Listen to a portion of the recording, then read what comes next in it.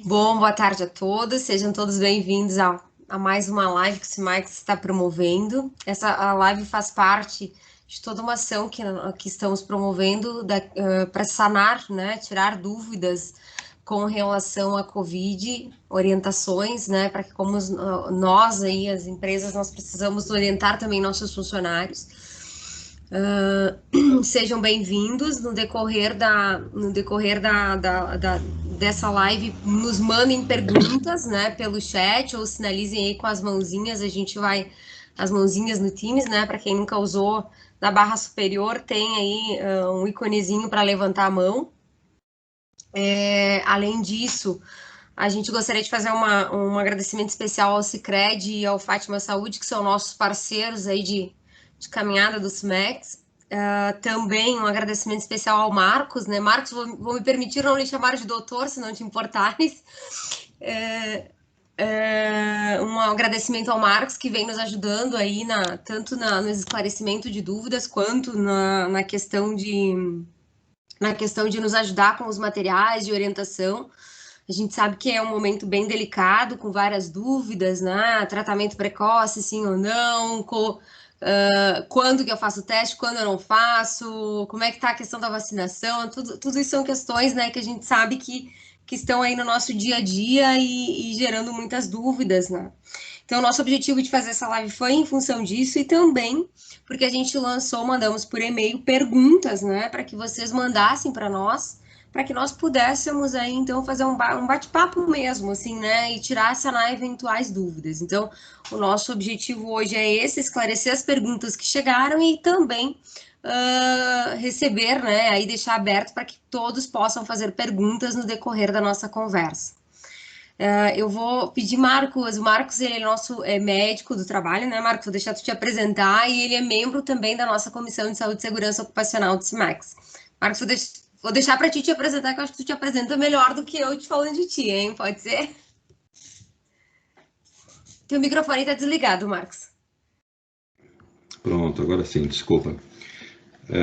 Bom, boa tarde, pessoal. Acho que espero que esteja chegando bem o meu áudio aí para vocês. Meu nome é Marcos, né, Rutsatz, eu sou médico do trabalho. Minha formação também é na área de medicina interna, embora em Caxias do Sul a minha atividade seja mais voltada à medicina do trabalho.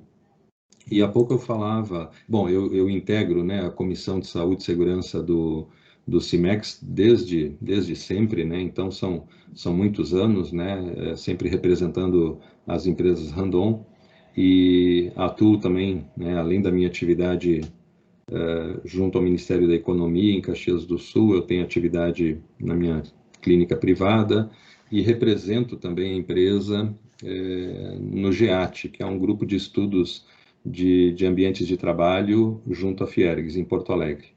Então, a gente acaba se dividindo bastante, né, nessas frentes e observo, mesmo depois de um ano, né, como as empresas, assim como nós médicos, né, ainda temos dúvidas, é natural que as empresas tenham ainda bastante dúvidas.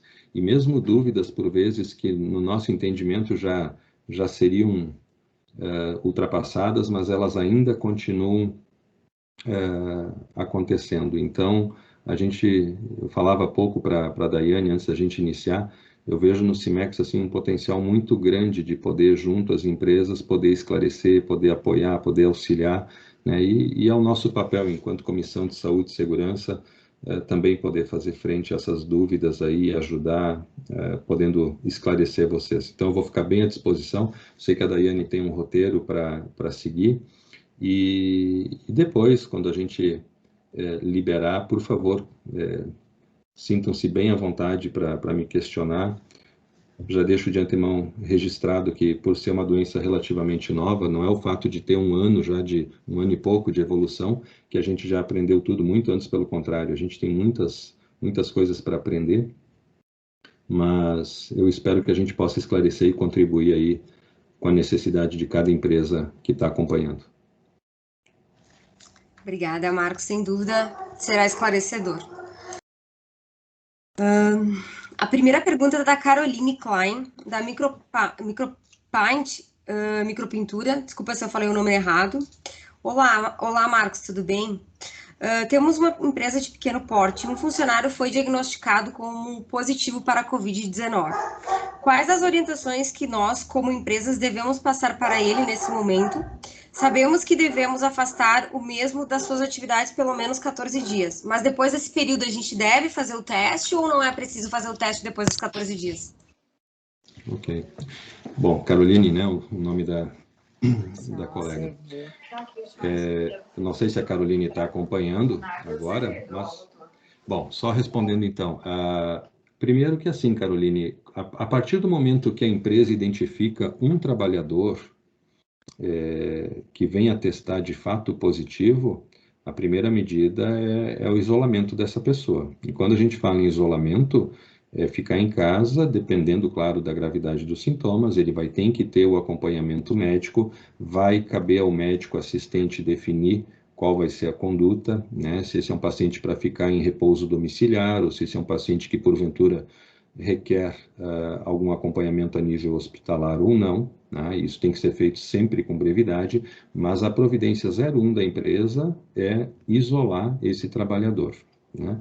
Uma outra medida na sequência extremamente importante é identificar aquelas pessoas que, porventura, configuram o que a gente chama de contato, né? Que são os contactantes desse trabalhador que veio a testar positivo, né? E o contato, do ponto de vista médico, isso não é difícil de se identificar. O contato é todo e qualquer colega de trabalho que, porventura, permaneceu a uma distância de 1 metro para menos desse trabalhador por um período de 15 minutos, né? Então, bom, determinado colega de trabalho chegou próximo dessa pessoa que testou positivo e conversou rapidamente com essa pessoa e se retirou, isso não é um contato. Agora, aqueles trabalhadores que permaneceram numa proximidade física de 1 metro para menos e num período de duração de 15 minutos, dali para cima, esses são considerados contactantes. Estes contactantes também precisam ser afastados. Eu vi que na pergunta da Caroline ela fala em 14 dias. 14 dias, Caroline, num primeiro momento, é para o contactante. O paciente que testou positivo, esse fica afastado por um período de 10 dias. Né? No ano passado, havia essa definição até agosto, setembro, de que deveriam ser 14 dias para quem testa positivo. Mas em setembro esse regramento mudou, né, a nível Brasil, e o afastamento ele é de 10 dias para a pessoa que testou positivo e 14 dias para aquelas pessoas consideradas contactantes. Tá?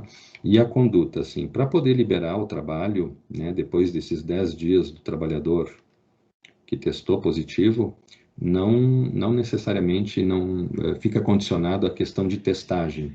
Não precisa e nem está indicado fazer um novo teste como critério de alta para o paciente.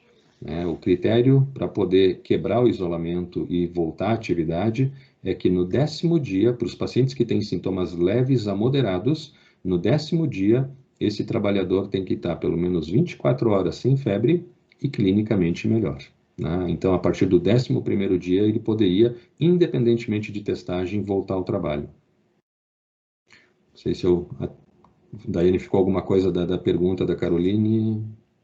Acredito que ficou resolvido. Caroline, se estiver nos ouvindo, por favor, nos sinaliza se ficou ok.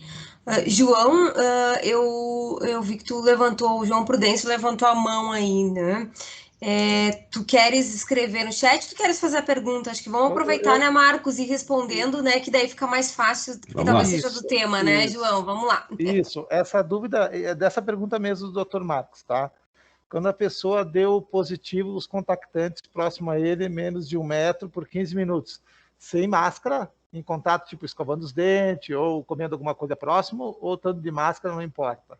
Não, aí tem divergências, né? Mas a gente considera que sempre acima de 15 minutos, né, de permanência, essas pessoas identificadas, elas deveriam ser afastadas, João. Tá, eu vou te dar um exemplo, doutor Marcos. Nós temos um setor de qualidade, onde um colega deu positivo, tá? São em 3 pessoas. Okay. Eles ficam menos de 1 metro, porque eles trabalham junto, eles estão ali na mesma sala e tal. Eles seriam considerados, então, contactantes, é isso? Sim, nesse raio de 1 metro, sim. E independente o correto, de máscara, não importa. na verdade, é claro que é sempre uma barreira, né, João? Certo. É sempre uma barreira e ela minimiza, e digo para vocês assim, minimiza bastante. Uma máscara adequada, bem utilizada, de preferência com o clipe nasal, né, Isso. ela diminui bastante essa probabilidade. Mas Okay. o que a gente Mas é tem considerado contactante, né? mas o que a gente tem no regramento é que é considerado um contactante. Tá? Certo. Muito obrigado. Bom, a gente tem a próxima pergunta, que também é sobre a questão de testagem, é da Suzana Zurlo, de Ávila, da Zurlo. Temos um ponto que nos gera insegurança. Quantos dias é necessário aguardar para fazer teste depois do contato com uma pessoa com a Covid? E qual o teste mais indicado? Acho que até os dias, não sei se tu já falou, Marcos, mas principalmente o teste mais indicado, eu acho que isso é bem importante. É que aqui ela faz uma pergunta diferente, né, do que a Caroline fez. A Suzana está perguntando, né, o período de testes para as pessoas que, pelo que eu entendi, tiveram contato, né? Quantos dias é necessário para aguardar para fazer o teste, né? Então imagino eu, né, Suzana, se estiver aí, né? Olha, comecei a ter sintomas, ou enfim, ou teve contato, quantos dias eu espero, né? Tá, Faço então um dia, dois, faço na hora, qual o teste, né? Enfim, essas. Ok, são situações assim que a gente tem que separar. Primeiro, uma coisa é olhar o paciente suspeito. O que é um paciente suspeito? É aquele paciente que apresenta sinais e sintomas, né, que concorrem com a COVID. Né? Então, nesse momento em que a gente tem a chamada, nesse momento, desde o ano passado, né, enfim, que a gente tem o quadro da chamada transmissão comunitária, todo e qualquer paciente, toda e qualquer pessoa que venha apresentar sinais e sintomas sugestivos, a gente tem que considerar a probabilidade de COVID, mesmo que ela não tenha contato sabidamente com alguém positivo. Basta apresentar sinais e sintomas, porque a transmissão é comunitária, então a pessoa pode não saber que teve contato. Né? Antes de ser declarado transmissão comunitária, para que eu suspeitasse, eu tinha que ter o depoimento por parte do paciente de que ele havia tido contato com alguém sabidamente positivo. Isso depois caiu por terra, né? Então, tendo sinais e sintomas respiratórios, ou aqueles que vocês já sabidamente sabem, né, que concorrem com a COVID, a gente tem que considerar a testagem. No caso do paciente apresentar sinais e sintomas, ou seja, ele é um suspeito, né, o ideal é que eu espere pelo menos 72 horas. Né, 3 dias, não que tenha que ser no terceiro, pode ser no quarto, no quinto, entre o terceiro, o 10º, no máximo o 12º dia, eu teria que testar. Mas é claro que ninguém vai recomendar que espere tantos dias assim então a gente diria que já no terceiro, quarto dia é o ideal para fazer o teste dessa pessoa. Quando eu estou falando de contactante, ou seja, o contactante é aquela pessoa, né, como a gente falou na pergunta anterior, identificado e que não tem sinais e sintomas. Né? Então, o que seria o ideal? Eu teria que pelo menos esperar a partir da segunda semana. Eu vou isolar essa pessoa também, eu vou deixar essa pessoa em isolamento domiciliar, estando assintomática, e a partir do 8º dia, eu posso, então, em termos de calendário, submeter essa pessoa contactante à testagem. Tá? Agora, notem, né? O doente, sabidamente positivo, vai ficar 10 dias em isolamento. Já o contactante, quer dizer que talvez nem venha apresentar sinais e sintomas, são 14 dias. Esse período ele é maior. Teve recentemente uma publicação, eu não tive acesso ainda, mas eu sei que teve uma publicação do CDC. CDC é o Center for Disease Control, que regula, né, todas as questões relacionadas a doenças infecto-contagiosas. E ele sinalizou que os contactantes também deveria ser num prazo de 10 dias. Mas oficialmente no Brasil, o contactante ainda é 14 dias e paciente positivo é 10 dias nos casos leves a moderados. Agora um detalhe, né? Eu estou falando muito nos 10 dias, mas deixando claro, às vezes já tive questões assim de ser questionado por parte da empresa, poxa, o meu trabalhador recebeu mais tempo de atestado, né? De novo, 10 dias, se no 10º dia tiver 24 horas sem febre e clinicamente melhor. Às vezes a gente pega pacientes ainda, trabalhadores, que no 11º dia não estão clinicamente bem. Então, claro que esse atestado vai se estender um pouco mais. Não sei se a pergunta da Suzana, acho que era isso. Isso, Marcos, só o tipo de teste, eu acho né? Qual teste que tu usa, porque hoje, inclusive, tem aqueles testes rápidos, né? Que tu usa o nasofaríngeo, não sei o nome aí, tu consegue falar melhor que eu. Enfim, mas quais dos testes são os mais recomendados e para cada tipo de situação? O teste, quando o paciente é um paciente sintomático, né? Ou seja, suspeito da doença, que eu falei, a gente conta 3 dias a partir do início dos sintomas. Não que não pudesse fazer, eu já peguei casos com paciente positivando do primeiro para o 2º dia. O problema é que às vezes o paciente vai fazer e dá um resultado negativo e ele poderia ter a interpretação de que não tem nada, o que não nos confere nenhuma segurança. Então, o ideal é que ele faça a partir do 3º dia e o teste preferencial, que é o melhor teste de todos para isso, é o RT-PCR. Pode ser feito a pesquisa de antígeno, teste rápido de antígeno? Pode, não tem problema. Mas um detalhe, se porventura esse paciente me apresentar um resultado negativo no teste rápido do antígeno e clinicamente eu perceber que ele tem sinais e sintomas que concorrem de fato com a COVID, eu vou orientar a contraprova com o RT-PCR.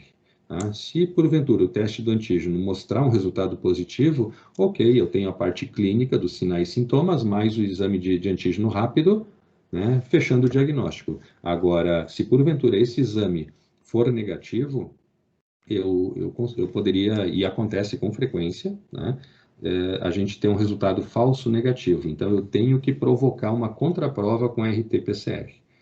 Bom, já para aquele contactante, né, aquela pessoa que se afastou porque teve contato com alguém sabidamente positivo, vai ficar guardado 14 dias. Eu posso, no 8º dia, a partir do 8º dia, fazer o teste. E pode ser, inclusive, o teste sorológico, onde eu vou avaliar, pelo teste rápido, sorologia IgG e IgM, para poder avaliar, bom, essa pessoa se contaminou de fato ou não se contaminou. Por vezes, até podendo abreviar, né, o período de retorno, né, dessa pessoa. Mas o correto é fazer, a partir do 8º dia, o teste, a pesquisa de IgG e IgM para esse trabalhador.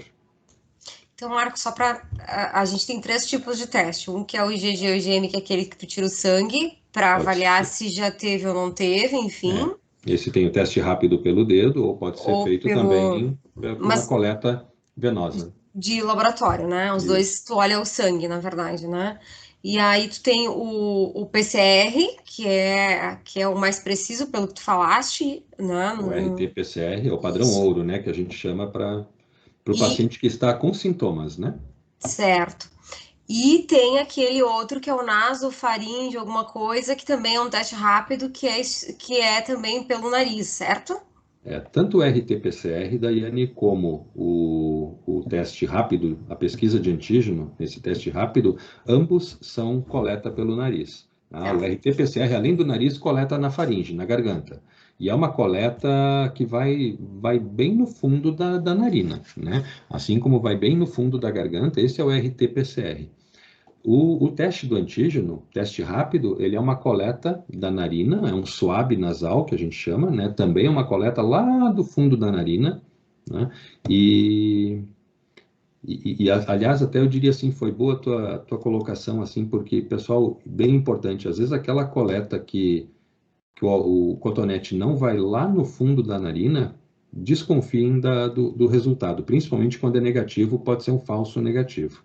Né, porque o teste correto, a coleta correta, envolve, né, a colocação do cotonete bem no fundo do nariz, quase no olho, como se diz. E tem uma outra técnica que daí se usa às vezes mais para crianças ou pacientes especiais que têm dificuldade, que é o RT-LAMP, que a gente chama. Então, esse vai só na entrada da narina, mas para os demais pacientes é o RT-PCR. Né? Mas eu diria assim, Daiane, que pode ser feito inicialmente no 3º dia o teste rápido de antígeno. Se ele for positivo, somado aos sintomas do paciente, fecha o diagnóstico. Agora, se porventura a gente tem um resultado negativo e o paciente clinicamente continua apresentando sintomas, eu tenho que fazer a contraprova com a RT-PCR. Tá? Perfeito, Marcos.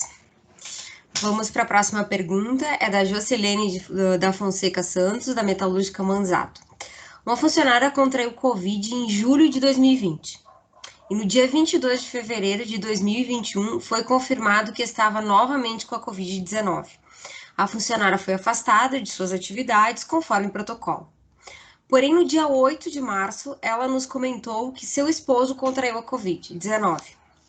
É possível a funcionária contrair Covid-19/variantes mais de uma vez? Como a empresa deve proceder nesses casos atípicos? Além disso, gostaria de saber se a máscara de tecido protege contra novas variantes. Okay. Jocilene, é isso? Jocilene, boa pergunta. Bom, primeiro eu responderia que sim, né? Não é comum, não é frequente, graças a Deus, pelo menos até o momento, a questão de uma segunda infecção, mas a gente já teve casos, sim, né, da pessoa se contaminar 2 vezes. Por outro lado, eu não posso afirmar para a Jocilene, ninguém pode afirmar para a Jocilene, que se trata de uma segunda infecção dessa trabalhadora. Tá? Talvez, né, poderia, a única forma que a gente tem de confirmar que ela se contaminou pela segunda vez nesse intervalo de tempo seria através de análises muito específicas, coisas que Caxias do Sul nem faz esse tipo de análise, de testagem, aonde teria que analisar a cepa viral lá de meados do ano passado, quando ela teve, teoricamente, a primeira contaminação, e essa de agora, né? O que a gente já viu acontecer, isso com bem mais frequência do que uma segunda contaminação, é o paciente continuar positivando em testes. Então, eu mesmo já tive paciente que teve a Covid em 2020 e que agora em 2021 apresentou sinais e sintomas que concorrem com a Covid, mas que ainda era um resultado positivo lá daquele remanescente da contaminação anterior. Tá? Eu tive pacientes que ficaram por muitos meses positivando o resultado. Tanto que hoje não é mais critério para alta o resultado ser negativo, porque a gente sabe que tem muitos pacientes que permanecem por muito tempo com resultado ainda positivando, mas não significa a doença em atividade nesse paciente, não significa risco para ele ou para terceiros. Então, eu não posso, ninguém pode afirmar para a Jocilene e para essa paciente, essa funcionária, que ela teve 2 infecções, a não ser que fosse feita uma análise biomolecular, né? Isso é uma coisa que a gente até nem tem, né, aqui em Caxias, para poder pesquisar aquela cepa que contaminou a paciente no ano passado e essa de agora. Só a partir disso é que a gente poderia dizer, olha, se contaminou pela segunda vez. O fato de ter um PCR positivo em junho, julho, e um fato de ter agora em janeiro ou fevereiro outro PCR positivo, não implica necessariamente em uma nova infecção. Não dá para dizer que não é, mas não dá para afirmar que é. Né? Tem um detalhe na pergunta dela, na colocação, que ela diz que Ficou no mudo, Marcos. Tu ativou o mudo do teu microfone.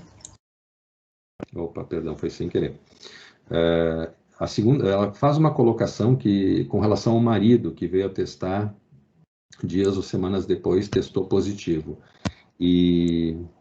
Mas a gente não pode, né, afirmar, num primeiro momento, claro, eu não sei de toda a história clínica, que necessariamente essa contaminação se deu a partir da infecção dela, da suposta infecção nova dela, né? Isso seria uma presunção, né? Então, pode acontecer uma segunda infecção? Pode. Né? Agora, para que a gente afirme que a pessoa se contaminou novamente, simplesmente testes positivos assim não servem. Né? Aí tem pesquisa mais aprofundada, é uma pesquisa genética do vírus, tem que analisar o material genético do vírus lá do ano passado com o material genético do vírus de agora. Só isso vai poder afirmar que seria uma nova infecção. Acho que a outra pergunta dela é com relação à máscara. Pode repetir?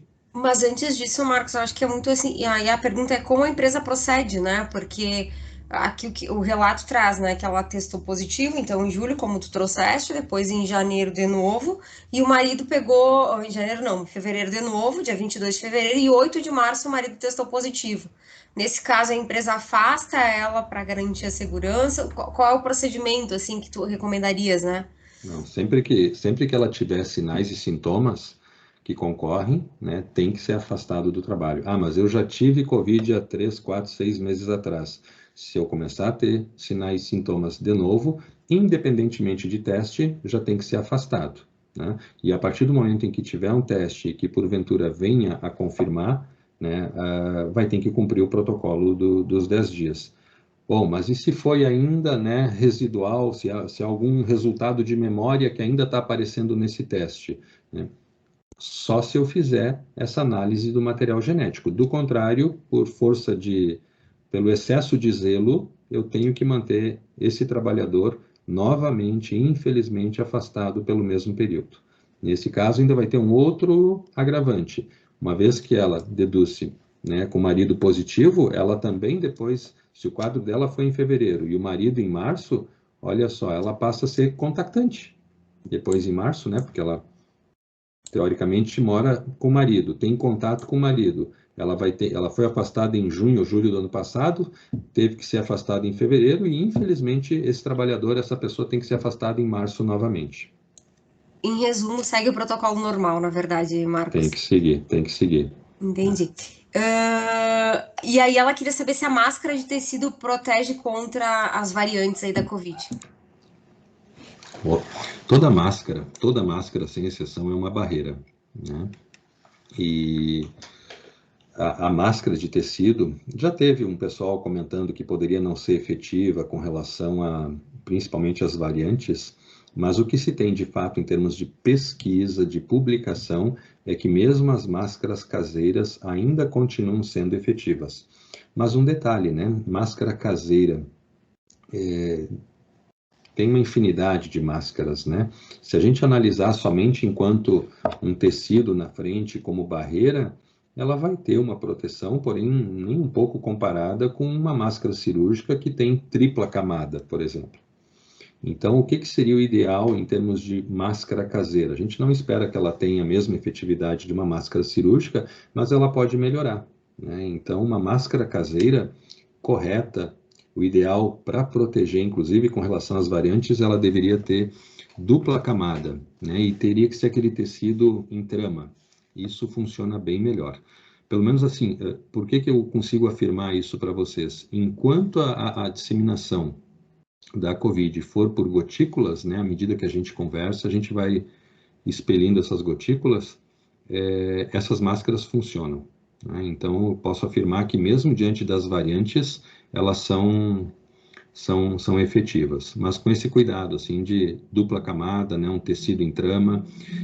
Agora, se a gente, em algum momento, a ciência começar a mostrar que, porventura, a transmissão se dá por aerossol, né, aí, nessas situações, a máscara de tecido não teria efetividade. Aí a gente teria que evoluir para nem a máscara cirúrgica de tripla camada, aí a gente teria que ir para a N95 mesmo, né?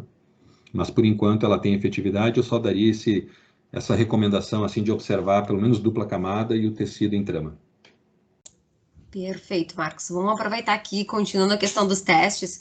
O Peter, ele coloca aqui que ele ainda continua com algumas dúvidas no caso de contactantes assintomáticos. Quantos dias para fazer o antígeno?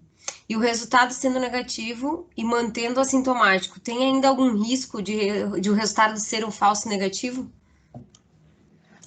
Eu não faria, até já fiz, viu? Mas não me dá segurança a questão de fazer o teste rápido de antígeno.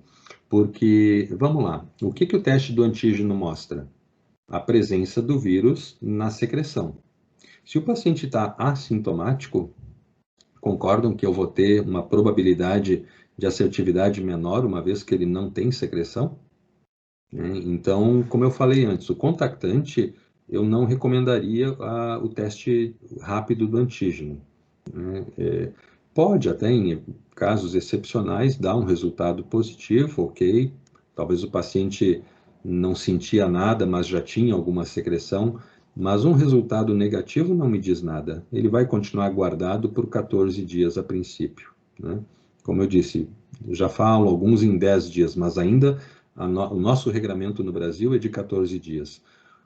Em termos de poder confiar melhor no resultado, eu diria que esse contactante poderia fazer na segunda semana a partir do último dia de contato, né? Então, digamos que eu testo positivo, a pessoa que é o meu contato vai ficar guardada 14 dias. No momento em que nós não temos mais contato, começa a contar 14 dias. No 8º dia, eu poderia fazer um teste sorológico de sangue nessa pessoa para avaliar as chamadas imunoglobulinas, né? A fração G e a fração M. Então, eu tenho IgM e IgG. Se porventura eu tiver um resultado IgM reagente, significa que essa pessoa está na fase de risco para ela e para terceiros, ou seja, ela se contaminou. Se porventura, né, ela tem IgM negativo, IgG negativo, significa que até aquele momento ela não se contaminou. Ela teria que continuar em isolamento, porque ela poderia vir a manifestar até 11, 12 dias, né? Por isso que a gente acaba pedindo 14 dias. Então, não é o fato de eu testar que me dá a garantia de que ela possa voltar.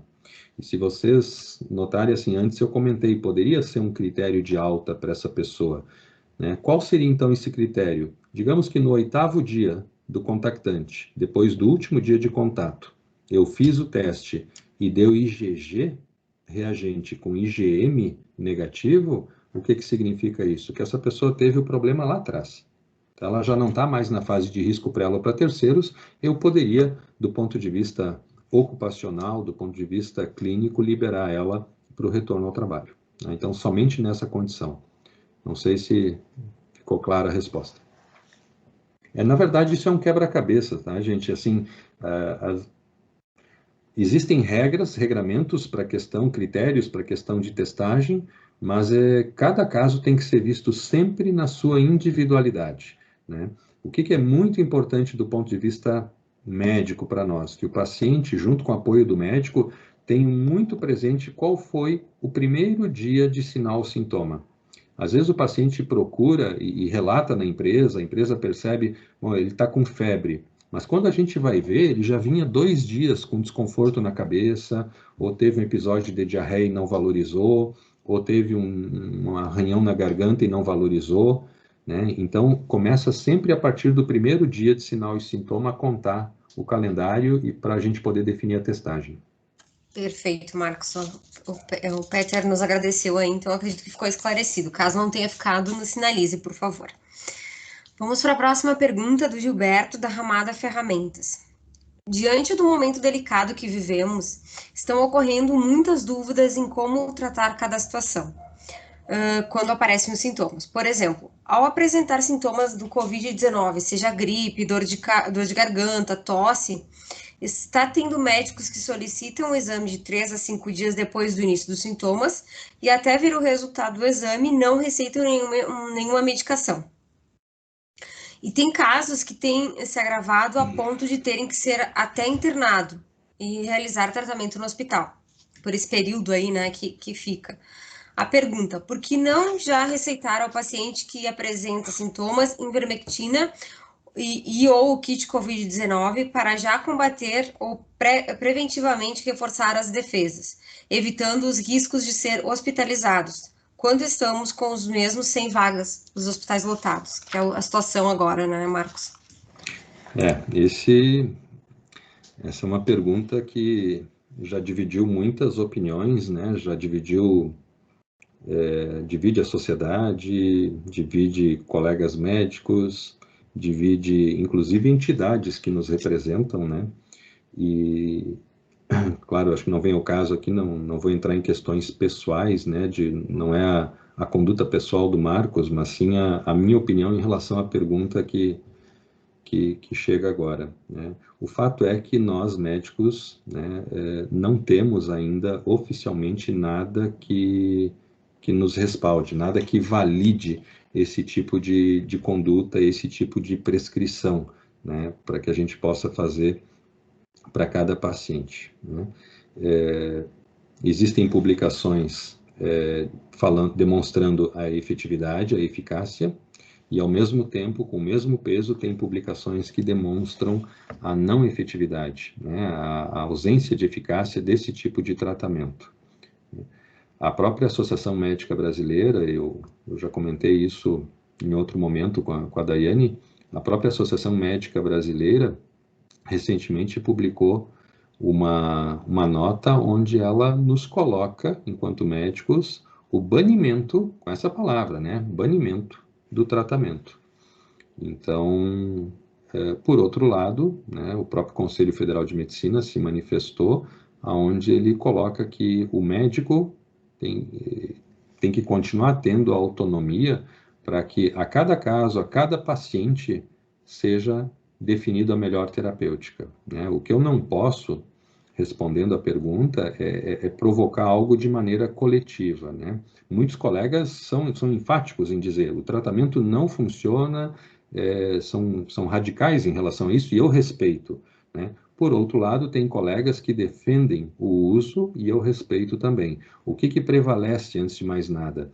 Nós precisamos, o médico tem que ter autonomia de prescrever aquilo que entender que é correto, que é o melhor para cada caso. Porque muitas vezes eu vou ter um paciente com quadro clínico suspeito de COVID diferente de outro paciente com a mesma idade, a mesma cor dos olhos, com uma sintomatologia também sugestiva de COVID, mas onde na hora de examinar o paciente o médico identifica outros sinais e sintomas ou outras alterações no exame que justificam o uso desse ou daquele remédio.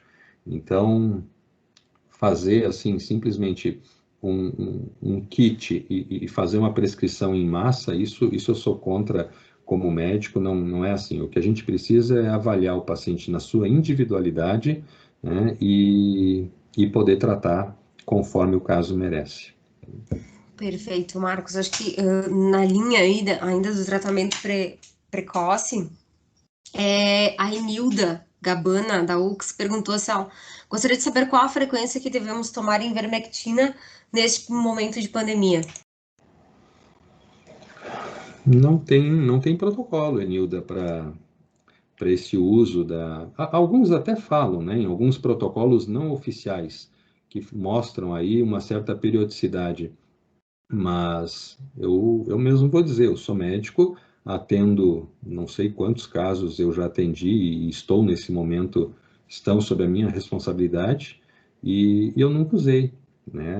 Até porque, de novo, não tem algo validando essa profilaxia do ponto de vista oficial. Então, é um tema polêmico, né? Volto a dizer, respeito, não vejo maiores riscos, né, em determinadas medicações. Tem remédios onde o risco é maior do que o benefício.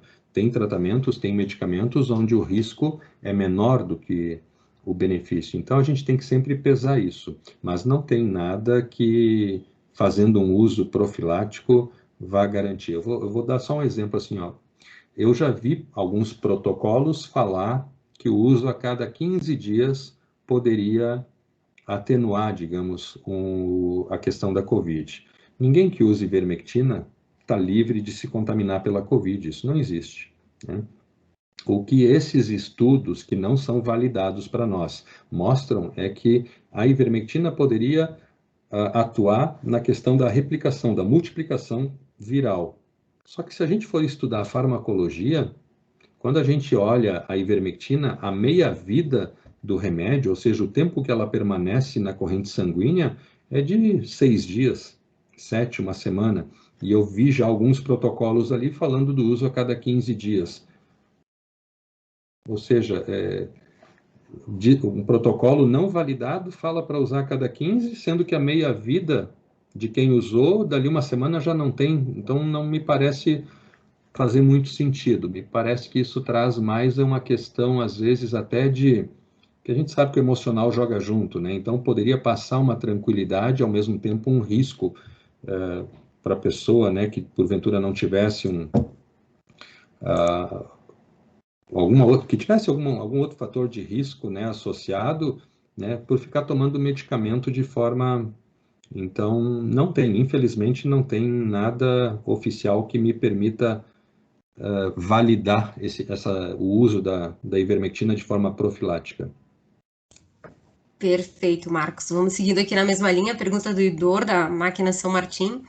Questão relacionada ao tratamento preventivo e precoce para a Covid-19, com protocolos médicos para a medicação. Termo de consentimento para aplicação aos funcionários, como respaldo jurídico, enfim, né? Como é que tu vê essa questão? Acho que o judiciário nenhum tem como validar, o jurídico nenhum tem como validar algum tratamento dessa natureza, né? Eu volto a dizer, né? O Conselho Federal de Medicina, ele nos permite uma autonomia de prescrição dentro de uma relação médico-paciente. Entende-se por relação médico-paciente algo individual. É o médico, a médica com esse ou com aquele paciente, né? Eu diria que assim, a grande maioria, a quase totalidade dos pacientes nos perguntam sobre isso, e o médico é que vai ter a liberdade de poder conduzir com esse ou com aquele paciente essa questão. Agora, querer aplicar algo de forma coletiva, por mais que se tenha um termo de consentimento, enquanto vai tudo muito bem, né, não acontece nada, mas basta uma intercorrência e uma complicação, eu garanto para vocês que não tem garantia, não tem seguro para isso, não tem termo jurídico que possa respaldar a conduta da empresa nesse sentido, não tem como. A gente está falando de saúde, a gente está falando de... Sei que, por outro lado, claro, não temos um outro tratamento, é algo bastante discutido, mas volto a insistir, isso tem que ser visto individualmente e não coletivamente. Perfeito, Marcos. Continuando aqui na questão do tratamento precoce, a Rosa dos Santos, da GS Continental. Gostaria de saber se existe algum protocolo do Ministério da Saúde que possa ser informado ao médico no momento da consulta para o paciente que está comprovadamente com Covid, para que possa ter em mãos, né, a receita dos medicamentos intitulados protocolo, né? Então, se tem alguma orientação, pelo que eu entendi na pergunta do Ministério da Saúde, para que o paciente também possa questionar, né, o médico. E se existe uma lista de médicos que prescrevem esse tipo de medicamento, né? E ela bota que esses questionamentos são de nossos colaboradores que relatam dificuldade de familiares e amigos. Rosa, né? Isso. Primeiro, assim, não tem nenhuma diretriz do Ministério. O Ministério da Saúde, ele acaba, num primeiro momento, não se, digamos, manifestando diretamente em relação à questão de tratamento, né? Ele define as regras, né, os critérios para definir quem é suspeito, ele define quem é um caso sabidamente positivo, não tem dificuldade, ele define quem é um contactante, ele define regramentos sobre o que fazer em termos de medidas administrativas e para mitigar o risco de disseminação do vírus, né? Então, isolamento, enfim, isso é o que o Ministério da Saúde disciplina. Quem vai disciplinar a questão do tratamento, então, são as entidades, né, as sociedades por especialidade. Então, a Sociedade Brasileira de Infectologia, a Sociedade Brasileira de Clínica Médica, a Sociedade Brasileira de Pneumologia, enfim. Essas é que vão ter os protocolos de tratamento. E a gente, como eu já sinalizei anteriormente, né, não tem algo assim que, olha, esse vai ser um protocolo, né? De novo, né, vai depender muito dos sinais e sintomas do paciente e também da linha de pensamento do médico, né, ou da médica. Com relação a outra pergunta que ela faz, daí só me ajuda... Segunda... Se tem alguma lista de médicos lista que prescrevem, enfim. Desconheço. O que eu conheço é que tem uma relação de médicos, não só em Caxias do Sul, tá, como em outros municípios, que são favoráveis à prescrição, né, justamente desse chamado tratamento precoce. Mas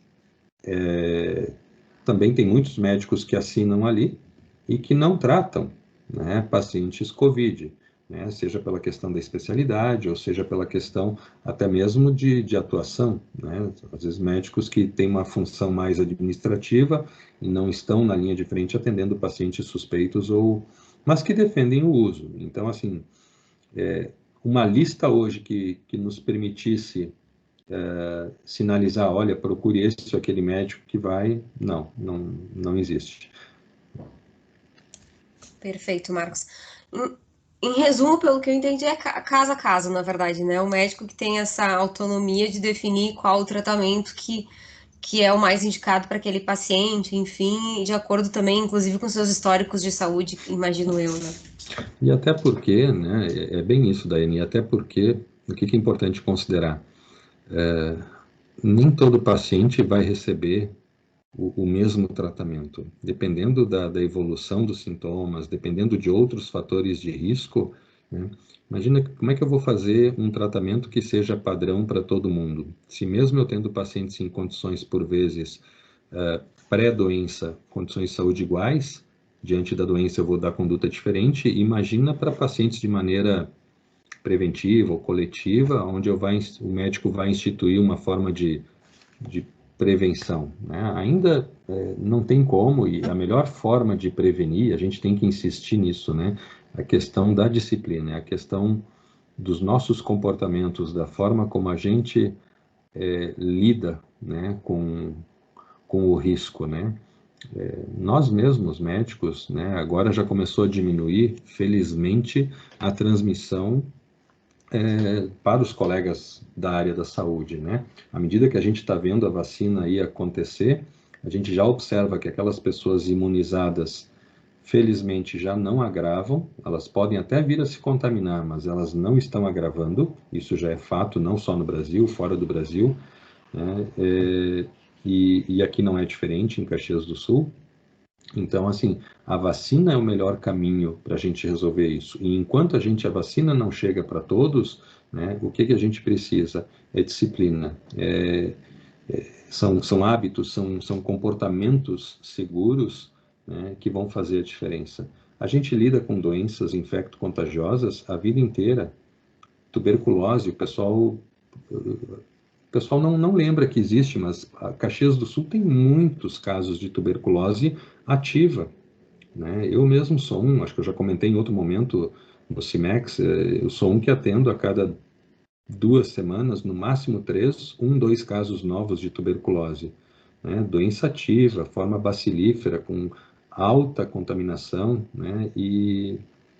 Mas são cuidados que a gente tem, né, para que acaba dentro da nossa disciplina fazendo com que a gente consiga, além de se proteger nossa família, proteger os colegas, né? Então, esse é um momento atípico, eu sei, mas ainda o regramento do distanciamento, do uso de máscara, da higiene, isso está valendo bastante, né, para evitar a contaminação. Depois que tem o caso, né, o paciente contaminado, bom, aí a um tem que ser visto, né, para poder tratar. Perfeito, Marcos. Eu até o Peter que mandou uma questão, a gente mandou essa semana um infográfico, não sei se tu chegaste a ver, Marcos, mas falando, né, dos riscos de contágio, né? Então, aí ele pede qual seria o critério para cada variável, né? Pouco tempo e muito tempo é o divisor, é 15 minutos. Eu acho que os 15 minutos que tu falaste no início, né? Eu acho que isso é o nosso balizador do muito ou pouco tempo, né? De proximidade com uma pessoa proximidade, isso. sabidamente positiva, é isso aí, né?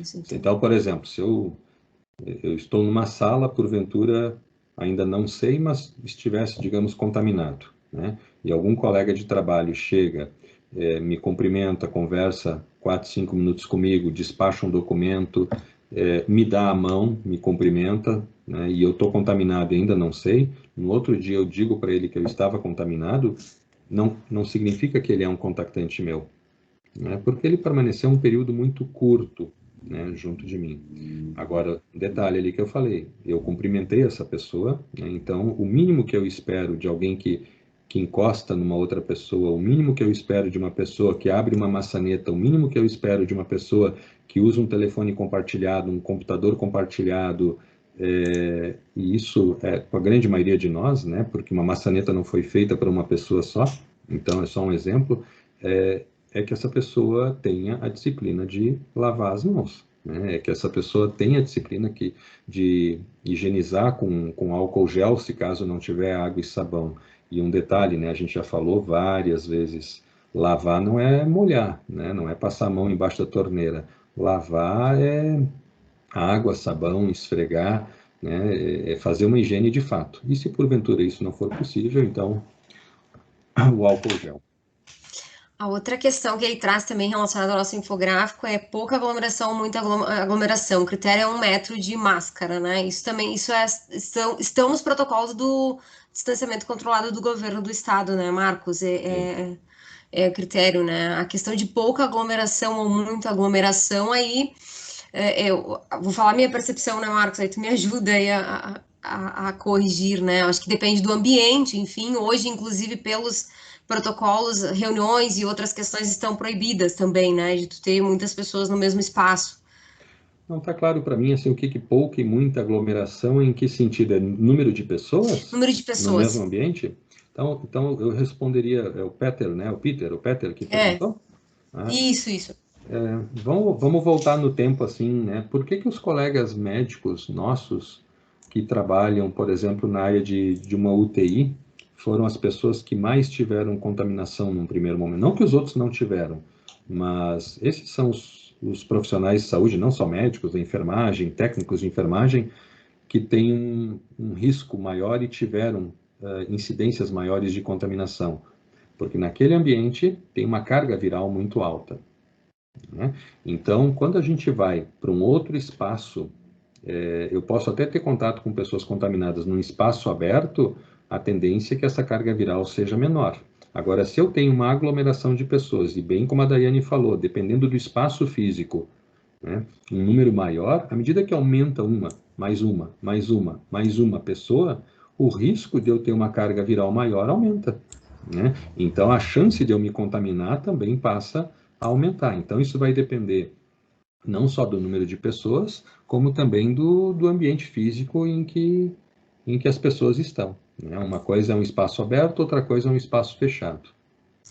E acho que a questão do 1 metro, né, Marcos? Acho que o parâmetro é 1 metro com máscara ou 2 metros sem máscara. Isso também já te dá uma noção do quanto é a aglomeração, né? Enfim, dentro de uma reunião. E aí, já com a outra pergunta dele também, espaço interno pouco ventilado ou bem ventilado, né? Pouco ventilado, no meu entendimento, se tu não tem janela, se tu não tem portas abertas, enfim, né? Então, isso é pouco ventilado. Tu tem um espaço que é grande ou pequeno e tu tem uma janela, né? Tu tem lá, sei lá, 40, 50, 60 metros quadrados, uma janela até acho que ok, mas tu tem um espaço grande com muita gente dentro, não fecha a conta, eu acho, né, Marcos? Acho que esse teu exemplo da UTI é perfeito, né? Porque é um espaço que ele é restrito, né, Marcos? Não sei se tu pode ajudar nesse sentido aí com exemplos.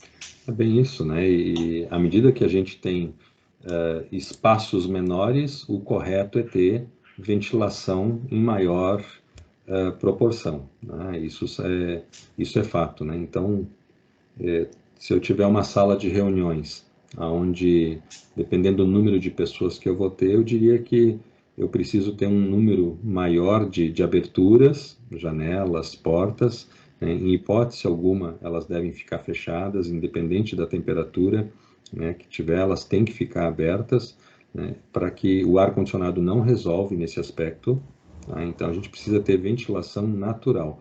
E quanto menor o espaço, maior ventilação eu preciso, quanto maior o número de pessoas, maior a necessidade de ventilação. Não é uma conta tão simples, tá, Peter? Não sei se ficou claro, né? Tu tá dizendo que ficou difícil de entender, talvez a gente possa conversar depois no privado, digamos assim, para te explicar. E a gente pode também até melhorar o melhorar, né? Na verdade, ali o infográfico que nós mandamos, a ideia é ter uma visão geral, né?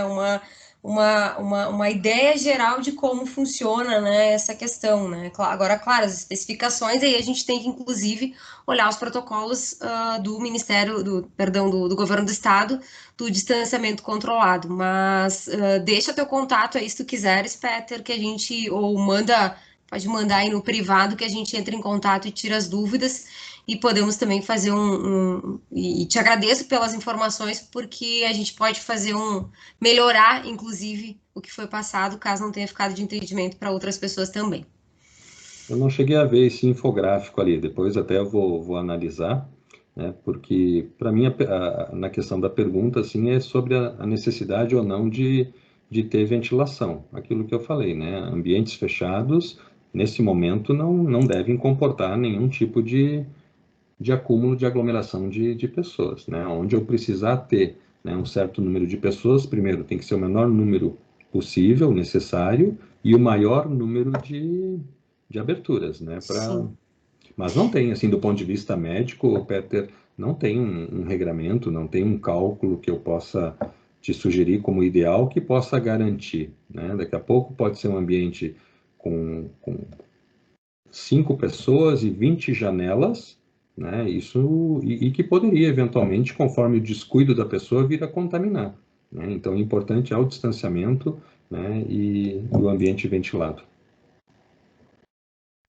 Sim, não, mas tranquilo, Peter. Ele está colocando aqui um exemplo. Eu acho que é melhor a gente conversar, né, Peter? Depois separado aí para separar. A gente mandou um infográfico, quem não recebeu, a gente pode encaminhar, mostrando quais os riscos de contágio. Um pouco ventilado, muito ventilado, enfim. Então, tem situações pontuais de algumas empresas que talvez possa ter uma interpretação de que não é ventilado o suficiente, pode gerar algum questionamento dos funcionários. Foi isso que eu entendi, né, Peter? Então, acho que a gente vai revisar isso e aí a gente conversa depois aí, Peter. Até te agradeço aí pela tua colocação para a gente também revisar os nossos materiais e verificar 100% de certeza de que fique claro e que isso não impacte também aí para as empresas, tá? Tem uma outra questão aqui que eu só vou aqui, que o Luiz botou. Boa tarde. Eu gostaria de perguntar a respeito da eficácia dos processos de sanitização, como a aplicação de peróxido de hidrogênio e meu Deus, os nomes são ótimos, hein, Luiz? Quaternário de amônia. De amônia. Eu acho que, Luiz, a pergunta é com relação à sanitização de superfícies, né? Acredito que sim, Marcos. Porque já houve uma época no passado em que o pessoal às vezes até se utilizava disso para, entendendo que poderia através daí fazer a sanitização de vestimentas ou talvez de uniformes, o que não tem, a Anvisa não aprova, né? Se for para fazer uma sanitização de alguma vestimenta, de algum uniforme, não teria aplicação. Mas o quaternário de amônia, sim, ele é aprovado, ele tem efeito sanitizante com relação à Covid-19, né, em termos de superfície. Agora, o que é importante, né, não é o fato de ter feito um processo pontual que vai garantir, né, a gente tem que ter muito cuidado, às vezes, além das superfícies, por exemplo, a nível de fábrica, é o uso de ferramentas compartilhadas, né? Então, isso é importante que as equipes, né, os trabalhadores sejam orientados, instruídos em relação a, dentro do possível, evitar o compartilhamento, né, o que é de um é daquele, né, e aquilo que porventura não pode precisa ser, digamos, compartilhado, precisa passar sempre por um processo de higienização. Mas o quaternário de amônia, eu tenho mais experiência, ele é um bom sanitizante. Obrigada, Marcos. Alguém tem mais alguma pergunta, algum questionamento? Eu tenho, Daiane. Vai lá, João. Estamos te ouvindo e te vendo também. Tá bom, é que agora eu passei para o celular porque na minha sala eu não consegui ficar, porque me interrompem toda hora. Assim, ó, nós temos uma dúvida, tá? Aqui na empresa a gente adotou no restaurante a higienização das mesas com um borrifador de álcool 70, né? E um paninho que é trocado todos os dias para o funcionário. Quando termina a sua refeição, ele fazia a limpeza da mesa para higienizar para o próximo. Isso tem algum risco de ser feito pela própria pessoa? Ela está usando álcool? Isso levantou uma dúvida em nós. Não vejo nenhum risco de ser usado pelo trabalhador, João Carlos. Deixa eu só entender, esse pano não é compartilhado, esse pano é um pano individual. Ele faz não, ele é daquela mesa, né? Se eu levanto, o pano fica lá. Daí vem outra pessoa, passa o álcool na mesa, passa o pano de novo. Entendeu? Não é um pano para cada pessoa. É que não dá para ter certeza se vai ter problema, né? Eu diria Antes que assim... tinha uma funcionária que fazia isso, né? E aí eles adotaram para o próprio funcionário fazer, né? Mas eu diria que assim, isso deveria ser individualizado, daí, minha opinião, né, o pano que é utilizado deveria ser de cada um, né, e depois, de preferência descartável, né, usa, tipo né, uma toalhinha aplica, descartável. exatamente, faz a higiene da superfície, né, e descarta esse pano, né, essa toalha, né, e não algo compartilhado, né, por duas questões. Primeiro, que muitas pessoas vão estar manuseando. Mas ok, mas foi utilizado o álcool 70, sim, mas normalmente aplica de um lado do pano, não aplica em todo o pano, né? Aí chega outra pessoa, pega. Por mais cuidado que tenha, é sempre várias pessoas manuseando, às vezes, um lado do pano que poderia não estar com a ação. Então, a ideia de ser descartável seria uma ideia melhor. Eu diria que daí um usa, aplica, passa bem sobre a superfície, né? E o próximo, e aí joga fora. O próximo vai usar e assim por diante. Ok, obrigado pela dica. Obrigado. Que mais? Se não temos mais dúvidas, né? A gente agradece, Marcos, a tua explanação. Acho que ficou recado, né? Que a prevenção ainda é o melhor remédio, né? Indiferente se for receitado os tratamentos precoces ou não, mas é a prevenção, né? A vacina também, a gente acredita muito, né, Marcos, que é a solução também. Até pelos relatos que tu trouxeste, né? Claro que isso está em processo, a gente sabe que isso já está acontecendo, enfim, né? E na medida do possível isso vai ganhando mais corpo também. Te agradecemos pelas explicações claras, objetivas, né? E tirando as dúvidas de todos.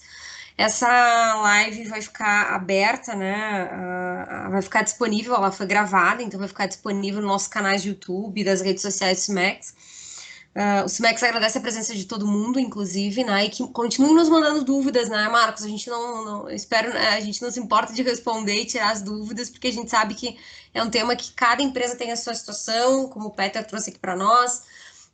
Enfim, cada um tem a sua necessidade, a gente está aqui, o SMEX está para ajudar nessa conscientização e tirar dúvidas. O Luiz, tem mais alguma pergunta que tu levantaste a mão? Eu tenho uma pergunta para o Dr. Marcos, antes de mais nada, parabenizar pela live. Uma pergunta direta, doutor. Quando é que vai terminar isso? Te diria que eu acho que assim, é pergunta de $1 milhão, né, Luiz? Não, mas vamos lá. Validado numa sexta-feira no final do expediente. Mas eu acho que é a angústia de todos, né? Ela é válida porque todo mundo está querendo enxergar o fim disso. Eu acho que a gente caminha para uma situação em que o vírus ele deixa de circular, teoricamente, quando um número expressivo de pessoas passam a ter a imunidade, né, em relação a ele. E a imunidade ela vem de duas formas, pela contaminação e pela imunização, né? Graças a Deus, no Brasil, a gente agora já ultrapassou, em termos de imunização, o número de pessoas contaminadas. Acho que a gente estava aí com uma faixa de 12, 13 milhões de pessoas contaminadas, 12 milhões e pouco, e a gente já tem de 16 para 17 milhões de pessoas imunizadas, né? Então está tendo uma força-tarefa grande. Eu lá atrás, em algum momento, eu até falei que eu me atrevia a dizer que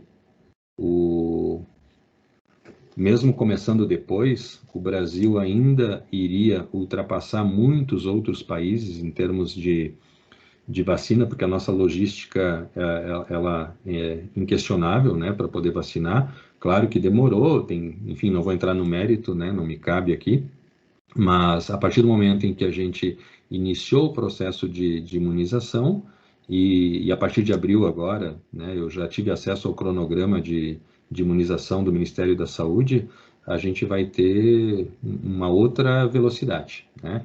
A própria secretária de Saúde me verbalizou um tempo atrás que em maio o cenário seria bem diferente aqui. Isso não significa acabar a pandemia, pelo contrário, a gente está no auge da situação nesse momento, uma coisa pesada, triste, mas no momento, então, a gente tendo um número de pessoas imunizadas cada vez maior daqui para frente e também um número, infelizmente, de pessoas contaminadas, né, essas duas situações se somam, né, para que em alguns meses a gente possa, se Deus quiser, atingir a chamada imunidade de rebanho, né?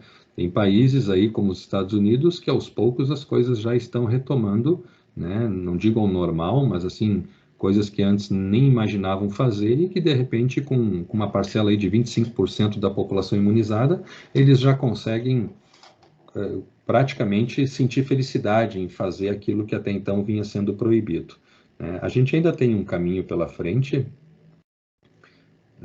Olhando um pouquinho a história, né, a gripe espanhola também teve isso, né? As pessoas naquela época tiveram ondas, né? Então o vírus tinha aquele pico dele, baixava, as coisas melhoravam, depois tinha uma segunda onda e teve uma terceira onda, né? E eu não tenho certeza, Luiz, assim, se essa que nós estamos é a terceira ou é a segunda onda. Tá? Há quem diga que é a segunda, alguns dizem que é a terceira, e eu confesso que eu não tenho certeza se poderíamos ou não ainda ter ali na frente uma terceira onda. Mas, a exemplo da gripe espanhola, quando teve a terceira onda, ela não teve o impacto da segunda. Digamos que agora fosse a nossa segunda, a terceira não teria esse mesmo impacto.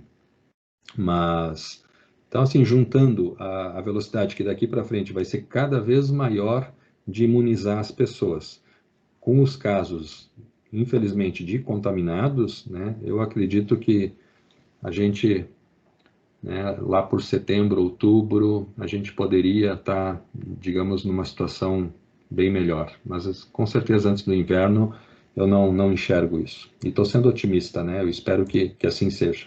Né? E tomara que eu esteja enganado e que venha antes. Né? Mas a gente tem um período ainda. E só para finalizar, pessoal, também eu queria, assim, não só em meu nome, né, em nome da coordenação da Comissão de Saúde e Segurança, de todos os colegas da Comissão de Saúde e Segurança, em nome da direção do CIMEX, da presidência do CIMEX, agradecer, deixar para todos vocês o nosso, enfim, a nossa colaboração, a nossa disponibilidade em ajudar as empresas, né? Contem conosco, né? Eu sei que a pandemia acaba freando várias coisas, mas a gente não deixou de trabalhar, a gente não deixou de atuar, né, em prol das empresas, e tudo está sendo um aprendizado, né? Mas a gente vai, cada um dando a mão para o outro aí, a gente vai se ajudando. Lembro que o emocional joga junto também, então, assim, a gente não pode esmorecer, o pior já ficou para trás, eu acredito, tá? Então, mas enquanto não chegar a vacina, a gente é isso, e não adianta também fazer a primeira dose e correr para abraço, né? Eu estou vendo colegas meus, eu ainda não fiz a segunda dose, eu já fiz a primeira, não fiz a segunda. Eu vi colegas que já fizeram a segunda e que com 3 semanas depois estão com títulos de anticorpos, isso é muito bom, né? Então, é a forma melhor, a forma que a gente vai poder sair dessa. Então, a gente fica à disposição e Peter, eu me comprometo, né, eu não vi o infográfico, lamento, mas eu vou analisar junto com os colegas da Comissão de Saúde e Segurança e a gente vai dar um retorno com relação a essa dúvida aí, que eu também tenho que entender melhor qual, tecnicamente, a dúvida, ou o pessoal da engenharia, para poder ajudar. Marco, só mais uma pergunta do Peter. É Peter ou Peter? Desculpa aí, Peter ou Peter, enfim, mas é contigo mesmo. Peter, obrigada. As cepas novas podem colocar em risco a imunização? Boa. Olha só, as pesquisas que tem até agora mostram que essas vacinas que chegaram até nós e que estão chegando aí para a população, num primeiro momento, né, a população mais idosa, os trabalhos mostram que elas são eficazes, sim, contra essas variantes que até então já existem. Na semana passada, eu conversei com uma colega infectologista que integra o PNI, que é o Programa Nacional de Imunização. E eu conversei também com um colega que é imunologista e fiz a mesma provocação técnica. Se não seria o caso, Peter, de repensar o modelo de vacinação agora. O que eu levei como sugestão? Né? Que se porventura numa casa, digamos, tem uma pessoa elegível para vacinar, que tenha 70, 80 anos, mas essa pessoa mora com 2, 3, 4 pessoas que ainda não são elegíveis, não chegou a vez delas de se vacinar, eu defendia que essas pessoas com quem ela mora também deveriam ser vacinados. Porque se esse vírus entrar nessa casa, ele vai encontrar pessoas com imunidades diferentes, uma vacinada, imunizada, e outras 2, 3, 4 não imunizadas. Nesse momento, quando o vírus encontra resistências diferentes, ele poderia... É ali que ele costuma ter as mutações, porque ele vai se adaptando, né, àquelas pessoas, àquele organismo. Então, no meu entendimento, enquanto clínica médica, a estratégia deveria ser repensada. O colega imunologista, ele disse, olha, é interessante, eu não sei te responder. A colega do Programa Nacional de Imunização me disse que o cobertor é curto, né? Então, nesse momento, ainda não teria doses para fazer esse tipo de planejamento, esse tipo de ação, né? Então, até o momento, respondendo a tua pergunta, o que se sabe, graças a Deus, felizmente, é que tanto a vacina Coronavac, que a gente já tem no Brasil, como a AstraZeneca Oxford, ambas têm efetividade. A Pfizer também, mas a Pfizer a gente não tem, vai ter agora, estão fazendo testes, né, em crianças já a partir de 5 anos de idade. Inclusive, eu estou inscrevendo o meu filho como voluntário, né, eu nem perguntei para ele, né, mas, enfim, eu tenho um filho de 10 e estou inscrevendo ele como voluntário para testagem, mas a Pfizer também já publicou que ela cobre essas variantes até então existentes aqui no Brasil, estou falando, né? Não sei variantes aí da África ou de outros continentes se teria cobertura, mas em se tratando de Brasil, até então sim. Mas aí é importante a gente acelerar a vacina, né? Acelerar a vacina, divulgar a questão da vacinação, apoiar a questão da vacinação, porque só assim a gente vai poder chegar num resultado bem positivo. Obrigada, Marcos. Obrigada a todos. Esperamos que possa ter esclarecido aí, né, as principais questões. O SIMEX, de novo, continua à disposição, o SIMEX e toda a equipe, né, seja os nossos colaboradores internos, seja as nossas comissões, para sanar dúvidas. Acho que esse é o momento de nós nos unirmos e trabalharmos juntos em prol aí do desenvolvimento, da prevenção, sem esquecer também das atividades econômicas da nossa sociedade que são importantes. Então, muito obrigada, uma boa tarde a todos, um bom final de semana.